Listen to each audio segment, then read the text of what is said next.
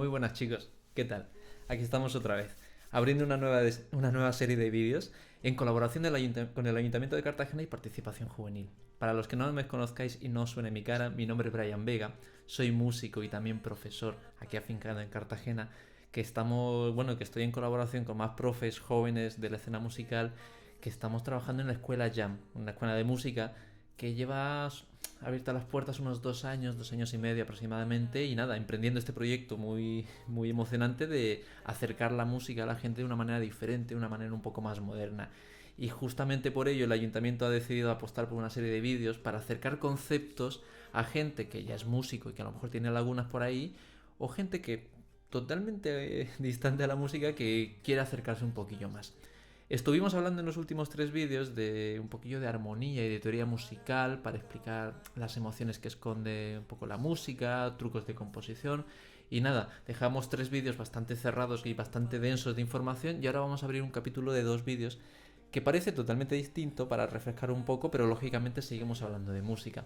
En este caso vamos a hablar del proceso de grabación y todo el proceso que hay detrás de una grabación de un disco y sobre todo de un rol muy importante del que se habla mucho últimamente, que es el rol del productor.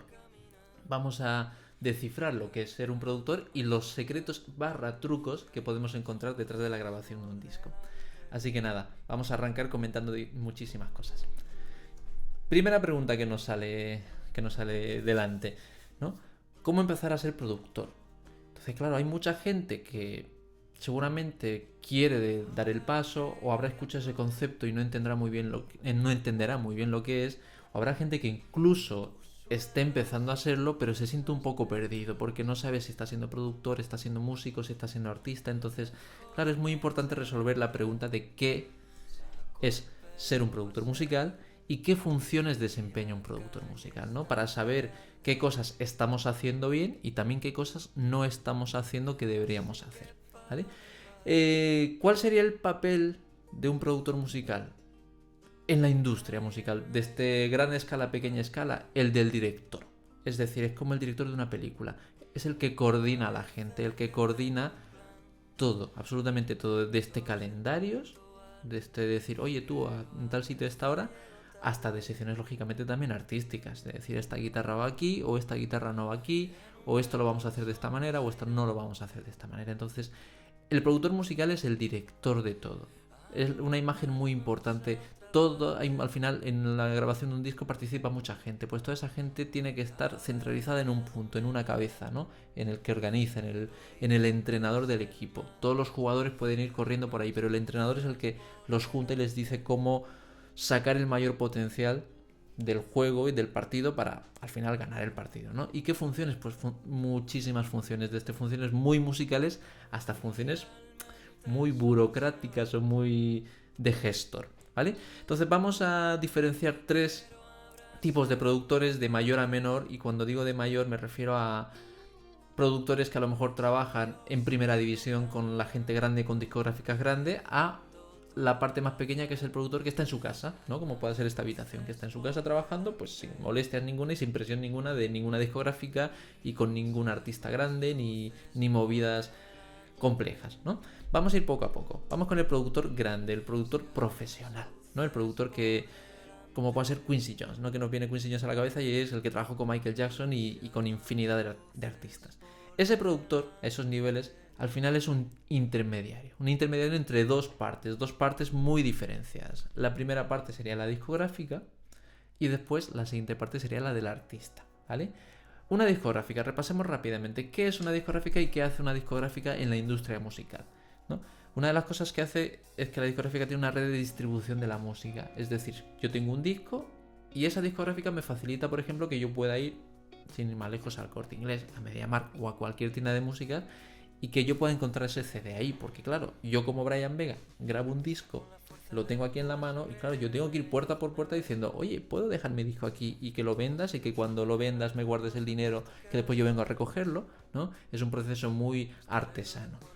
¿Qué hace una discográfica? Pues bueno, ya tiene sus convenios con Warner, con Warner no, con cualquier supermercado, con cualquier tienda de música y simplemente el día que sale el disco está en las estanterías de todos los sitios. Es verdad que hoy en día con la música digital los canales de distribución están cambiando. Ahora son canales de streaming, canales digitales. Pero ahí también entra en juego, por ejemplo, el segundo punto, la promoción, que es dar visibilidad a esa música. Por ejemplo, si yo llamo a David Broncano y le digo, oye, entrevístame en La Resistencia que tengo un disco nuevo, pues bueno, primero no me va a coger el teléfono. Y si me coge el teléfono, pues me va a dar una patada o me va a colgar, va a decir, te estás soñando.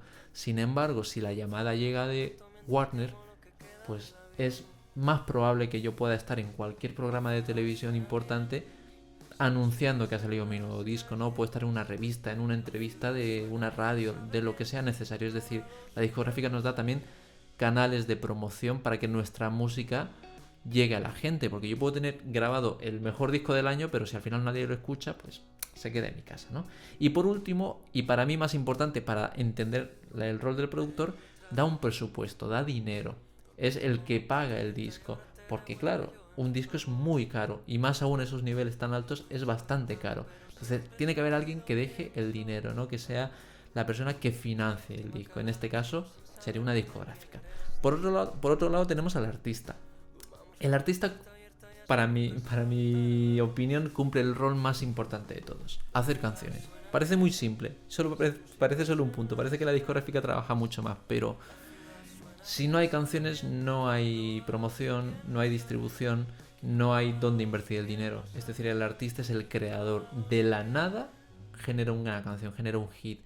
Y esa es la pieza fundamental. Si tú tienes un artista que hace muy buenas canciones, vas a tener muchísimas discográficas que quieran trabajar contigo, muchísimos productores que quieran trabajar contigo y sobre todo muchísima gente que quiere invertir mucho dinero. ¿Por qué? Porque van a confiar que ese producto se va a vender muy bien. Entonces no les va a importar invertir millones de euros o lo que sea necesario, ¿no? Entonces tenemos estas dos partes enfrentadas y en medio tenemos una cosa que es el dinero, el presupuesto, que es donde entramos nosotros como productores. ¿Qué pasa con ese dinero? Imaginemos no el caso de Billie Eilish, sino imaginemos el caso de un grupo de 18 años, fiesteros, rock and roll y todo eso que conlleva el rock and roll.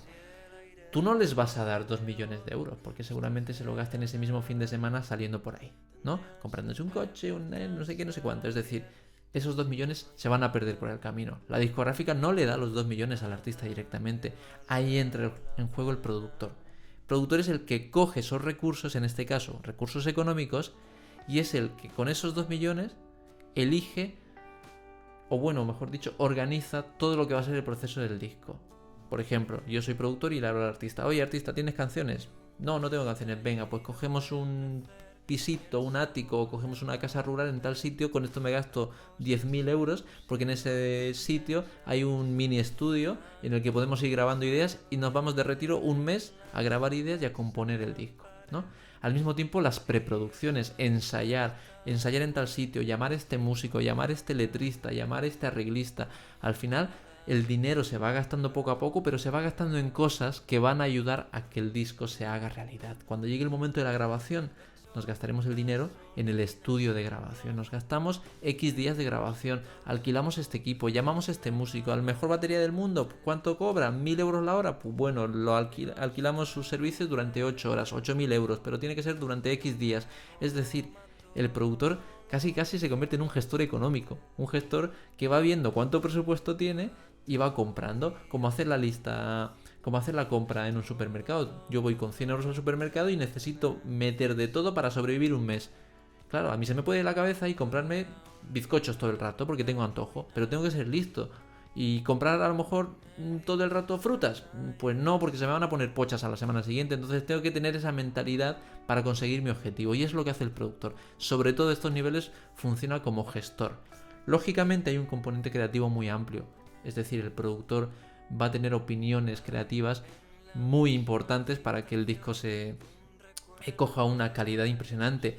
También entra en juego que a estos niveles los productores tienen, claro, seguramente Quincy Jones tenga en el móvil a Carlos Santana y si necesitan un solo de guitarra, pues le pegan un telefonazo a Carlos Santana. Ya me gustaría a mí tener su teléfono, ¿no? Y le podrán pagar los servicios a Carlos Santana porque tienen 2 millones de dólares. Es decir, a estos niveles entra en juego mucho la influencia, la gestión de recursos y lógicamente la experiencia del productor, pues de tomar decisiones.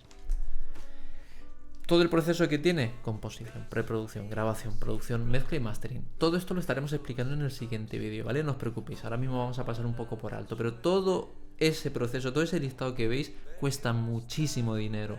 Pues lógicamente el productor lo va a invertir con inteligencia. Por ejemplo, imaginemos que está costando mucho que el artista empiece a componer las canciones. Pues a lo mejor hay que gastar más dinero en un retiro espiritual de una mansión que tenga unas comodidades para que el artista se despeje y empiece a crear canciones. Pues a lo mejor hay que gastarnos $1.000.000 de dólares en la composición. Por lo tanto, la grabación tiene que ser un poco más cutre. Pero bueno, nos vamos a un estudio viejo, tal, porque también buscamos ese sonido añejo, ese sonido auténtico, ese sonido vintage. Entonces, en vez de gastarnos 4 millones en el estudio, nos gastamos 20.000 en unos estudios que están ahí en el culo del mundo.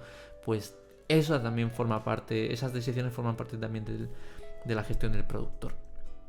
¿Vale? Ya vamos resolviendo un poquito estas preguntas, ¿no? ¿Qué es un productor musical? ¿Es un director? ¿También es un gestor de recursos? ¿Qué funciones desempeña? Hemos visto el listado y sobre todo el de ser la persona inteligente que garantice que lleguemos a la parte final del proceso, que es grabar un disco y tenerlo delante para poder comercializarlo y venderlo. Después tenemos en el siguiente estrato, tenemos un productor freelance, que sería un poco el estrato medio. Un productor pues, que ya ha trabajado con gente, que tiene un poco de experiencia, pero no tiene esta repercusión de productor grande que le están llamando constantemente de discográficas para que trabaje. Freelance en el sentido de se busca la vida. Son productores que seguramente vayan a conciertos o se rodeen de un entorno musical y que ven un grupo que les gusta, chavales con potencial, y dice: oye chavales, vamos a trabajar juntos, que yo puedo sacar lo mejor de vuestra música.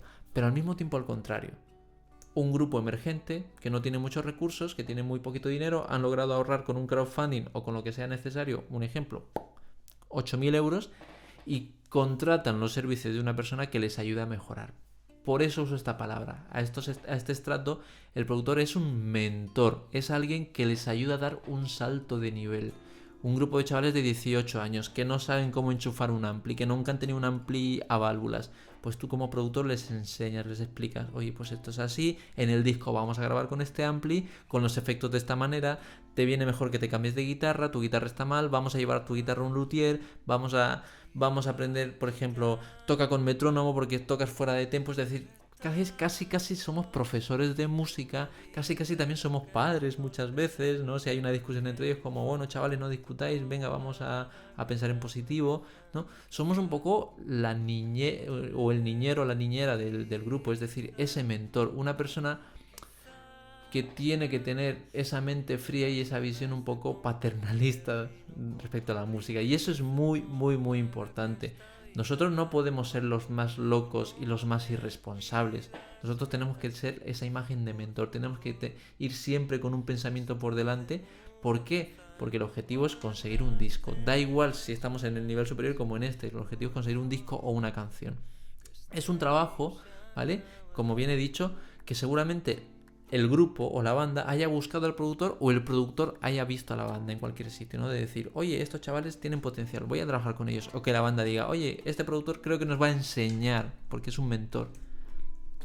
Los procesos siguen siendo los mismos. Si tú pillas un grupo que tiene muy poquitas canciones, pues le apoyamos en la composición, en la preproducción, que es en la mejora de esas composiciones. Repito que ya hablaremos de este proceso más adelante. En la grabación, lógicamente, los llevo a mi estudio personal o los llevo a un estudio que alquilamos fuera. La producción estará dentro de esa grabación y una mezcla. Mezclamos con esta persona, lo mezclo yo en mi estudio, lo que sea necesario, el mastering. Y seguramente en cuestión de presupuesto tengamos muy poquito dinero y habrá que ser incluso mucho más inteligentes gestionando los recursos. Lo importante de estos niveles, seguramente donde más trabajan estos productores, en la grabación, producción y mezcla. El típico grupo que tiene ya las canciones, las tiene preproducidas y simplemente necesita una persona que les ayude a grabar, ¿no? Les ayude en la producción de algunos detalles para que la canción suene grande, y en mezcla. Es un trabajo colaborativo, muy importante. La banda tiene un sonido, nosotros como productores tenemos que potenciar ese sonido, tenemos que saber escucharles y compartir la información constantemente, y el grupo también tiene que respetar nuestras decisiones. Es un trabajo totalmente colaborativo y de total comunicación. ¿Por qué? Porque si matamos la esencia del grupo, el disco no sonará al grupo. ¿no? Y si el grupo no nos hace caso a nuestras decisiones, pues al final el grupo va a acabar sonando a lo que son antes de contratar nuestros servicios, a un grupo amateur. Claro, nosotros no queremos eso, queremos que el grupo dé un salto de calidad, que suene profesional.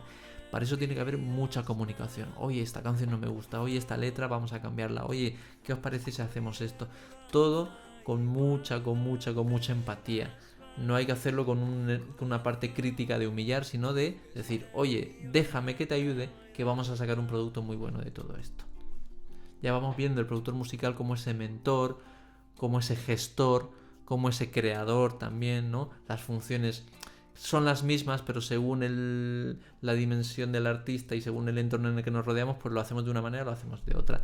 Y ya por último, viene la figura, no la más importante, pero seguramente la más abundante o la que va a ser la más abundante en estos últimos años, que es la del productor independiente, el que tiene autonomía absoluta. Se da sobre todo en casos en los que no hay ninguna discográfica de por medio y que el productor sea el propio artista. Es decir, yo hago mis canciones y encima sé cómo usar un micrófono, sé cómo usar un software de grabación y me pongo a gestionar mis propias canciones yo mismo. El productor se convierte en el artista de la misma música, ¿no? Veas el ejemplo de Charlie Puth. Charlie Puth es el compositor, es el que canta lógicamente y el que toca casi todos los instrumentos de los discos y encima lo graba en su casa. O sea, Charlie Puth sale de su casa un domingo y dice, tengo un hit. Se lo da a la discográfica y al día siguiente número 1 mundial. Eso hoy en día está pasando muchísimo. Todo este proceso de componer, preproducción, grabación, producción, mezcla y mastering, que antes tenías que ir a un sitio a componer, ¿no? La preproducción en ese sitio, vas a un sitio a grabar, la mezcla en otro y el mastering en otro, que eran espacios físicos diferentes, hoy en día lo hacemos con un home studio. ¿Por qué? Porque con un ordenador podemos hacer todo ese proceso. Grabarnos pequeñas maquetas, después grabar la canción definitiva, podemos mezclar en casa con unos auriculares, con unos altavoces, podemos hacer el mastering, todo lo podemos hacer con un home studio. Por eso el productor independiente, como bien dice su nombre, tiene independencia absoluta. Y este tipo de productores son los que más están primando hoy en día, porque al final yo soy un chaval que quiero hacer mi música, pues yo me pongo delante del ordenador y me pongo a tocar mis instrumentos, me hago mi base de trap, por ejemplo, o de bachata o de salsa, da igual el género, me hago mi música, me pongo con un micrófono, canto y claro, como estoy en mi casa, puedo repetir las tomas que yo quiero.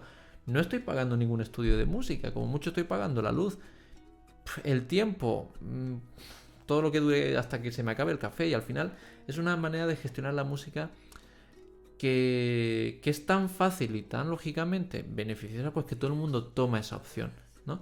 Entonces, ¿qué pasa con este tipo de productores independientes? Pasa dos cosas, que yo como productor me hago mis canciones y las canto, o en su defecto contacto con un artista que, por ejemplo, no toca muy bien la guitarra, ¿no? Hace canciones muy bonitas, pero a lo mejor no toca muy bien la guitarra y no sabe ni de batería, ni de bajo, ni de piano, pero él quiere que su música suene con más instrumentos.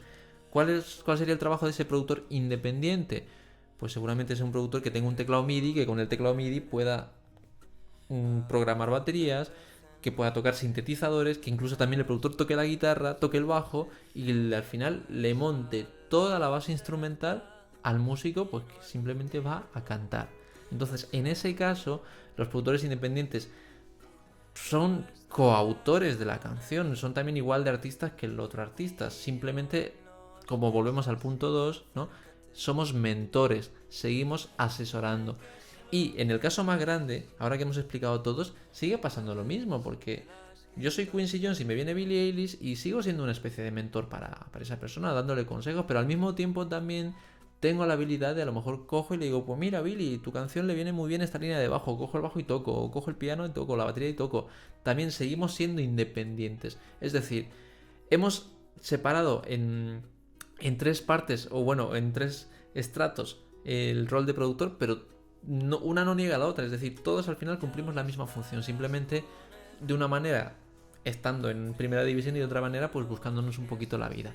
Así que, ¿cómo empezamos a ser productores? Primero entendiendo nuestro rol, ¿vale? Y yo tengo 3 consejos muy importantes para empezar a ser productores. El más importante de todos, aprender música. Es decir, aprendamos a tocar un teclado, que es el instrumento por excelencia de la producción musical. Con un teclado podemos tocar la batería y hacer 1000 cosas. Aprendamos a tocar un teclado.